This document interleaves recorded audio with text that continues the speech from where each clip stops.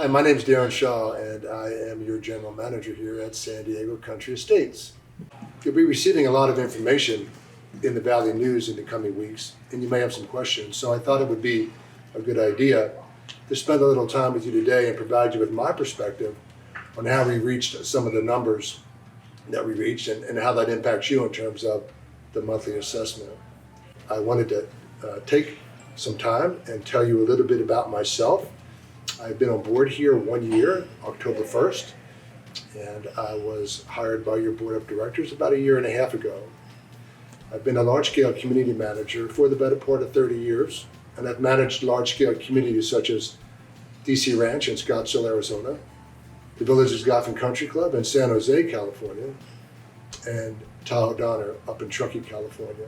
I'm a member of the Community Association Institute. I'm also a member of the California Association of Community Managers. I maintain every credential in the property management field that aligns with the things that I do, and I was the first master association manager in the state of California. So before we get into the budget, I'd like to take a look at some improvements that took place this past year to show you how some of your assessment dollars were spent. So in this image, you'll see George's Garden. This is one of our wedding sites, more country oriented than our 18T wedding site. Most of the funding for this amenity was provided by a San Diego Country Estates homeowner, and we use this quite frequently and provide wedding couples with options now. So here you see the Oaks Grill. You know, the Oaks Grill was closed during the entire COVID period, and when we came out of COVID, it remained closed, and we just kind of operated the Par Lounge. So about 3 months ago, we decided it was time to open up Oaks Grill.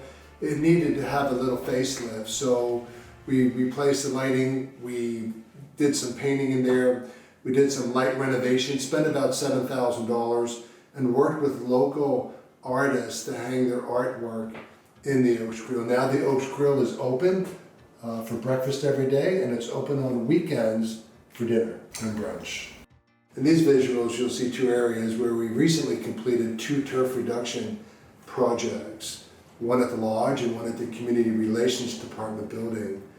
These turf reduction projects were well thought out, and they were environmentally responsible as we take a look at all the situations that we're dealing with lack of rainfall and precipitation. So we're looking at reducing our footprint with turf as much as we can. These projects were about $125,000 in total, but we received about $100,000 in rebates from San Diego County. So in these images, you'll see improvements that took place at what I like to call the clubhouse and lodge facility area. You know, a couple years ago, the board embarked on the golf course renovation project that really needed to take place. Your golf course is your biggest asset. So when I came on board about 1 year ago, I took a look at the facility, the outside of the lodge, the outside of the clubhouse. I also looked closely at the front entry sign that was there when you drive into the clubhouse, and there was quite a bit of work that was evident to me. So we started scoping that work out, and over the course of the last year, we were fortunate enough to be able to install a new front entry monument sign, which is very attractive. We placed the landscaping there. We were able to paint and repair the exterior of the clubhouse, and we were also able to start a project on a lodge that entailed significant repair to the balconies and the front steps, and as well as exterior painting. So as you look at these projects, you'll see that this complex here, so to speak, the lodge and the clubhouse is really renovated from an exterior aesthetic standpoint, and it provides a nice place now for members to come and visit. And of course, the lodge is always open to our members who have guests who want to stay in the community. Okay, so here we are in the lodge, and we're here to talk about the 2023 budget. So there's 3 elements to the budget out here at the estates. You have your operating budget, which funds for the day-to-day operating expenses, the things we do every day. The reserves, which accounts or provides funding for existing assets that either need replacement or renovation, and then capital fund. And your capital fund is for anything new that's not already here that we might want to add. So we'll start with the operating budget, because that's where most of the money that comes from your assessment and most of the money that's generated by the association is spent. This year was particularly challenging coming out of COVID in the early parts of the year and trying to find the right number of people to staff the positions that we have. People were out with illness, people were out with COVID. The job market was very competitive, and we found that we had to adjust pay ranges in a number of situations to try and get to a position where we could open up our food and beverage operation and service the community. We also had to deal with record high inflation this year from a statewide standpoint and a federal standpoint. And then of course we had to deal with the ever increasing insurance premiums. We're in a high risk area, and not only do we have property and liability, but we also have workers' compensation and health insurance and benefits for the employees. And that was a pretty hefty increase as well. So you roll all these things together, and the best that we could do to try and provide the level of services that we have now through 2023 was to increase the operating budget by about 6.1%. And considering that the national inflation rate and even the San Diego inflation rate was about 9 or 10, we think we did pretty good there. The board has a responsibility, a fiduciary responsibility to the corporation. And some people get confused there, and they think that the board has a fiduciary duty or responsibility to the members, but it's actually to the corporation and to the association. And one of its primary duties is to make sure that adequate funding is available to take care of all the things that need to be taken care of out here. This budget requires a $20 increase in the monthly assessment, the association's assessment, from $130 to $150. And of that $20, $6 is going to fund your operating fund, and $14 is going to fund your reserve fund. So the $6 to fund your operating fund is pretty self-explanatory. We'll go through some numbers and I'll show you how we got there. But the $14 for your reserve funding, that's a situation that came about over time. And what I mean by that is, every year the board's responsible to set the monthly assessment, and sometimes the board's under pressure to set an assessment that the board members might feel the members will receive in a positive way. And sometimes the best way to do that is to fund your operating expenses, but not necessarily fund all your reserve and replacement expenses at the level that they should be. So for example, in 2023 and 24 and 25, our reserve fund shows that we have about $6 million in reserve expenses, replacements and renovations for things that need to be done. And if we don't change anything in terms of our funding levels, we'll only generate about $3.5 million, which will leave us quite a bit short of the amount of money that we need. So this assessment, the $20, 14 of it is going in to your reserve fund to fund reserves, so that we can get the work done now that we need to get done, and we can start getting on a better track to fund your reserves in the future. Civil code, California Civil Code requires that all associations in the state of California have reserve funds, but Civil Code doesn't go so far as to say how much they need to be funded. In a large-scale community like the Estates, where we have more than $20 million in assets, a general funding percentage that would be considered healthy would be about 40% or 45%. Our funding percentage right now is about 18%. We have about $1.9 million in reserves. That number should be, probably if we were healthier, about $4 to $5 million. And I'll show you later in the presentation how we get to that number over time. We're not going to do it in 1 year, but we're going to be able to do it over 3 or 4 years. So I will go through some slides and I'll show you how we got to the numbers that we got to. But first, I just wanted to spend a minute to share the mission statement with everyone out here. And the mission statement is published in a number of places. It's hanging in a number of places around the community. But the fabric of that mission statement is that The board has a duty to provide amenities and the community primarily for its members first, to make sure that the members have an opportunity to use the facilities, make sure that the members' pricing models are such that they're affordable as they can be, and to make sure that the community is there for the members. When that objective is met, then the board can take a look at inviting the outside in to generate some additional revenue. And that additional revenue offsets the amount of the assessments that needed to fund the annual operation. Our annual budget here is about $13 million, and about half of that is funded through the monthly assessment, the $150 starting January 2023. The other half of the budget is funded through outside golf fees, food and beverage fees, equestrian rates for people that board from the outside, all the things that we charge to the outsiders to allow them to come into the community.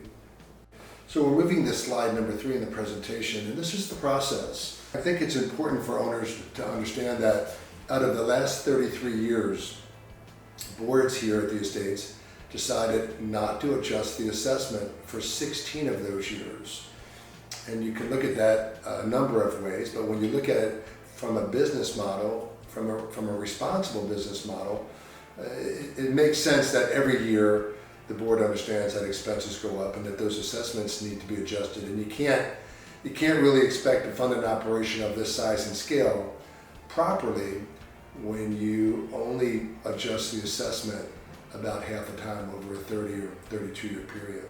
Earlier, I mentioned that we do receive outside revenue from a number of sources. I did leave out that we do receive additional revenue or outside revenue here at the lodge, or from the lodge operations, and from catering as well. A team of employees and the board of directors and the budget development committee need to produce a budget, and that budget changes from year to year. And there's a significant amount of time and effort that goes into formulating the budget recommendations for the board. I would estimate that more than 150 hours of staff time goes into putting these numbers together. We start this process in June or July among our employee team. We start talking about things that we know are going to change and expectations that we have for the ensuing year. And then in August, we start our reserve inspection program. One of the things we did this year, which hasn't been done out here, was we formed a team in-house of reserve inspectors, we'll call them, and we went out in the community and we touched all of our assets and all of our reserves. We looked at all of these reserves to make sure that the reserves were properly set. And when we talk about reserves being properly set, we look at the cost to replace an asset, we look at the useful life, and we look at the remaining useful life. So we reset all these reserves this year by going out in the field and touching all these assets. Civil Code says that a reserve study needs to be done every 3 years. In a large-scale community like the estates, it should probably be done every year because things change, and it's probably not a best practice to let everything sit for 3 years before you go back and look at it. So this summer the board approved members to serve on the Budget Development Committee, which was composed of 5 people. 2 of whom were board members, 1 was your treasurer.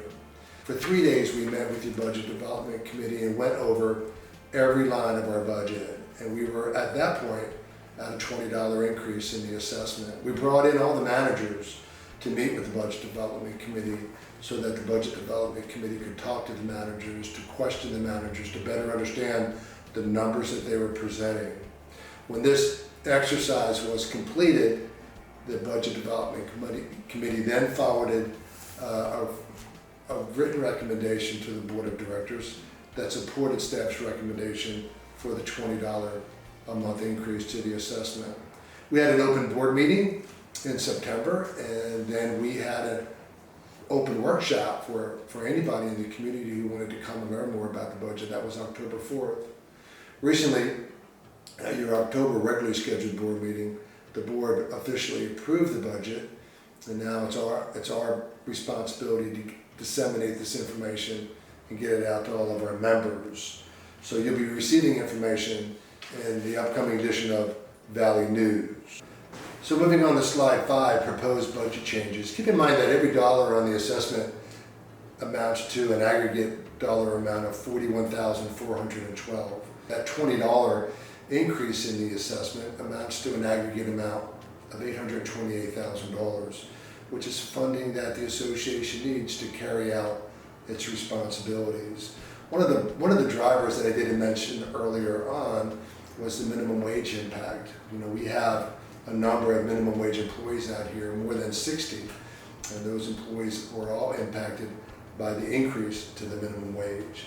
We also took a look at all of our user fees, and we took a look at our food and beverage margins. We took a look at all of our pricing structures and pricing models, and we made adjustments to those as well with the intent to try and keep the increase in monthly assessment as low as we could. So slide number 6 shows you, titled Reserves and Capital, that we have a $30,000 capital budget. I was mindful of putting anything into capital this year because of the assessment increase for things that are required that we already have.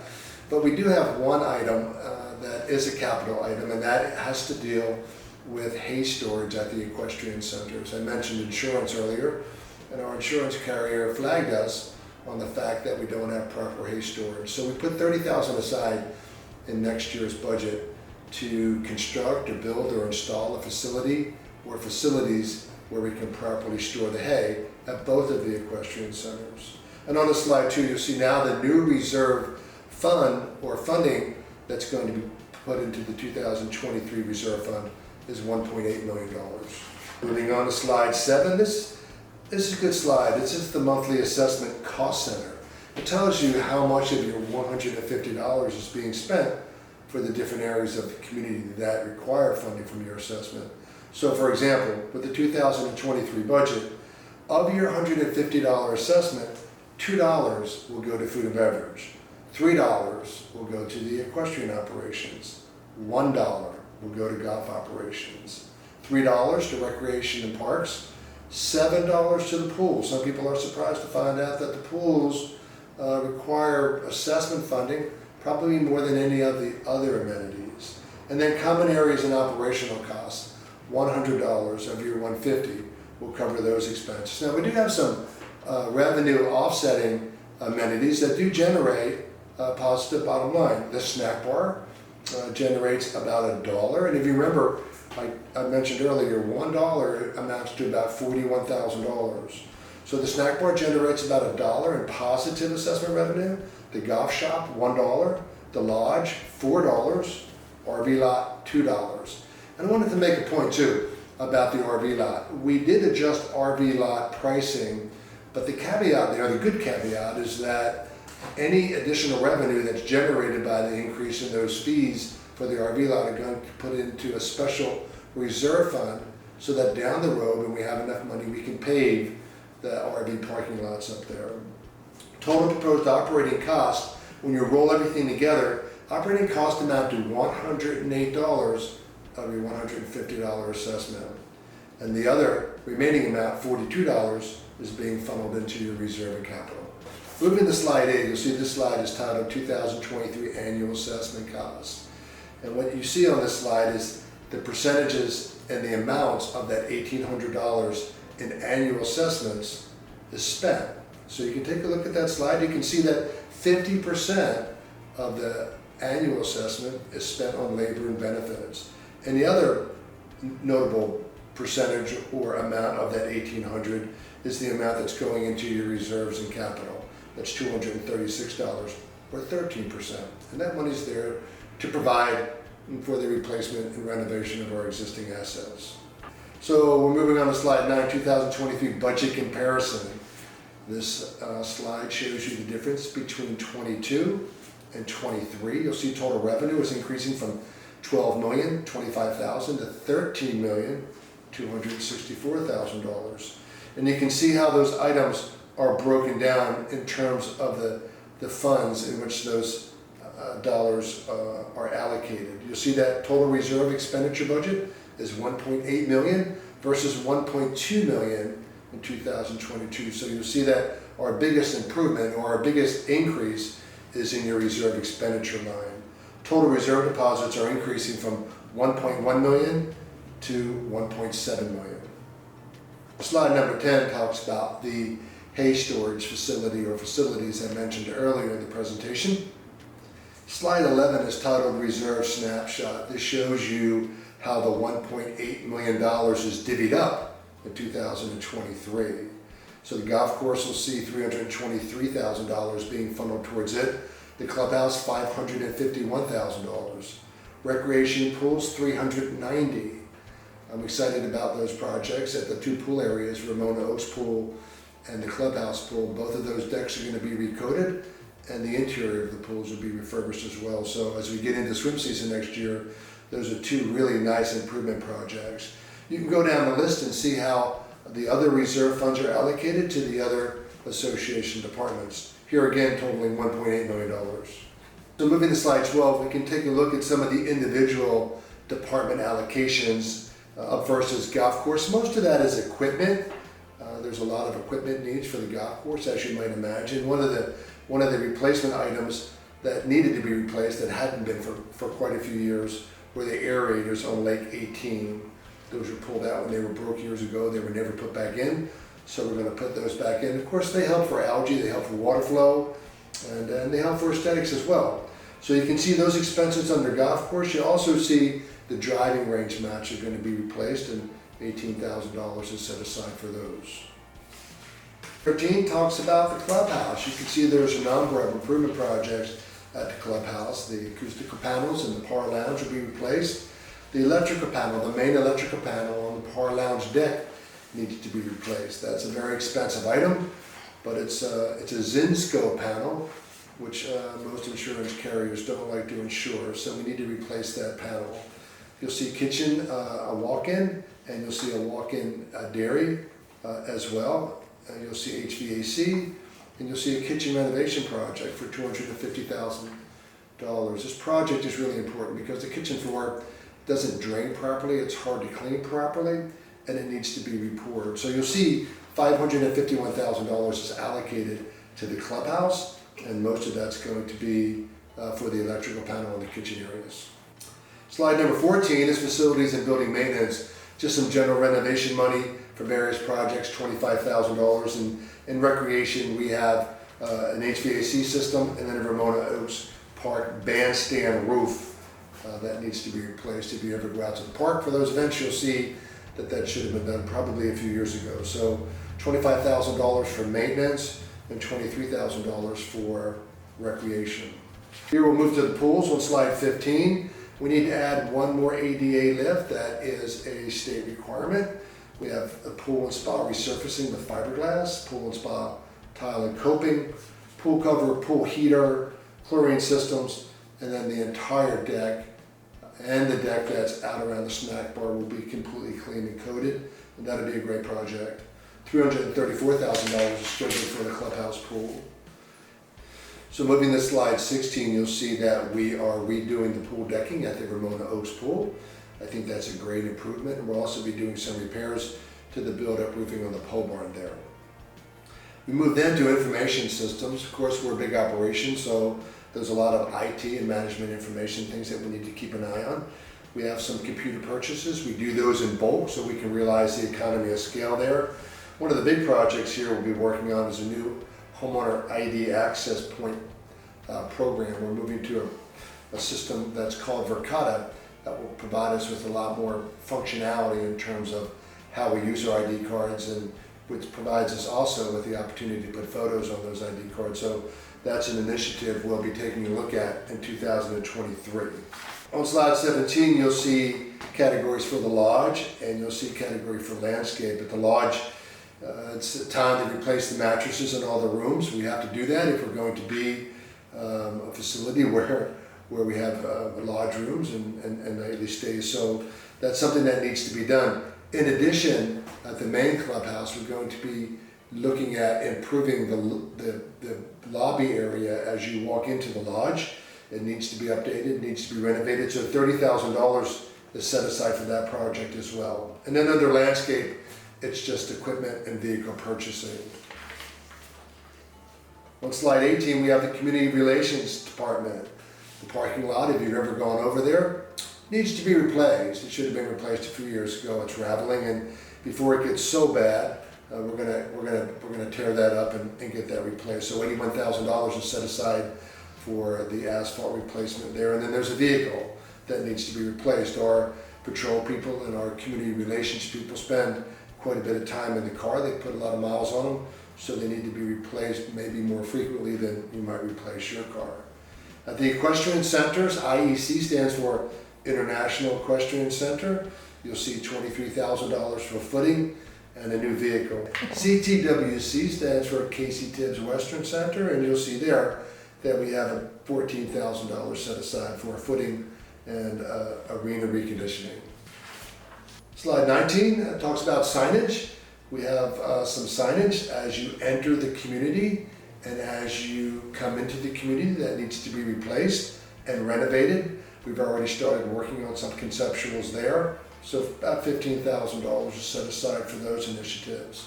At the Rotunda, which is located at the International Equestrian Center, we're going to be replacing that flooring, and we're also painting the exterior of that building as well. So $20,000 is set aside.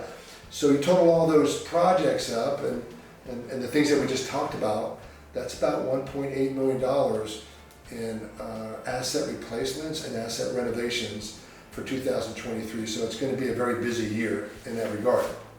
So slide 20 shows a 5-year projection of our reserves. As we look at the next 5 years, from 2023 to 2027, if you look at the right side of that slide, you see that we can get to about 41% funded over that time period. However, it's going to require incremental increases in the assessment, maybe $3 or $4 or $5 a year to maintain the funding level. Because when you look at the funding requirements, the things that we have set aside to spend, by 2027, we have $10,300,000 worth of renovations, replacements, and repairs. We need to be able to fund that work. So right now, we're in pretty good shape with the $20 increase. It gets us a great start, and we'll continue to take a look at these reserves every year and see if there's ways to modify these numbers so it's easier on the assessment. But in the end, our job as staff is to make sure that we bring the right numbers to the board so they know what it's going to cost to properly fund the organization. So these decisions are never easy for me or your employee team or your budget development committee or the board to make. Of course, the board would obviously like to keep the assessment as low as it can be, but the catch there is that whatever the assessment level is, it needs to be at a level that will fund the operation properly. And as an aging community, you know, we're celebrating our 50th anniversary this year.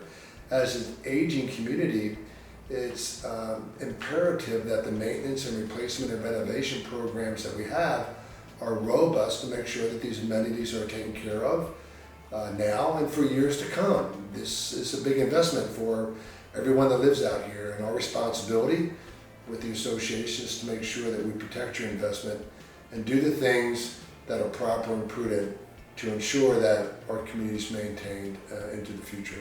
So I appreciate everybody sitting through this presentation, and if you know me, you know that I have an open door and I'm always available to talk about anything related to this business that members might want to talk about. I'm proud to be your general manager.